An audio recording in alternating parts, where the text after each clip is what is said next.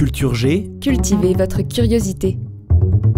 Bonjour à tous, je suis ravi de vous retrouver pour ce petit épisode sur l'origine d'une expression française. On en fait de temps en temps, mais pas assez à mon goût, je me régale toujours. Et aujourd'hui, on va parler des moutons de Panurge. Mais quel mouton de Panurge? Vous avez certainement déjà entendu cette expression.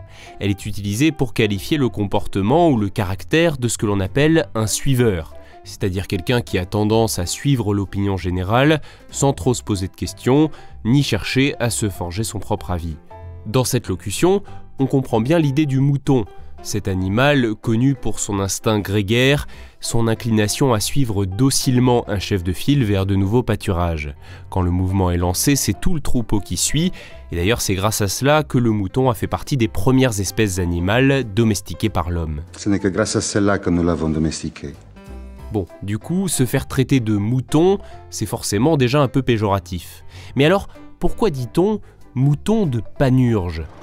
Je veux savoir. Oui. L'origine est littéraire. Panurge est un célèbre personnage du quart-livre, une œuvre écrite par François Rabelais au XVIe siècle. C'est le rusé compagnon du héros Pantagruel. Lors d'un voyage en mer avec lui, Panurge se dispute avec un marchand de moutons nommé Dindeno. Et lorsque la tension s'apaise, Panurge propose de lui acheter un mouton.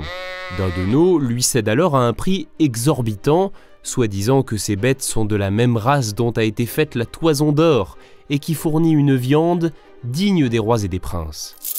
Panurge en réalité n'en a rien à faire, sitôt qu'on lui donne le mouton, il le jette à la mer. Le négociant, paniqué, voit tout le reste du troupeau suivre, se jeter à l'eau à la suite du premier mouton. En essayant de retenir son dernier mouton, Dindeno est lui-même entraîné et finit par se noyer. Voilà pourquoi on utilise l'expression « mouton de Panurge » pour parler des personnes qui suivent aveuglément, sans réfléchir. Et depuis le XVIe siècle, cette expression s'est répandue. Pas de raison particulière à cela, si ce n'est sans doute simplement en raison de la sonorité du mot Panurge. En tout cas, de nos jours, cette expression est encore dans le langage courant. J'espère que cet épisode vous a plu.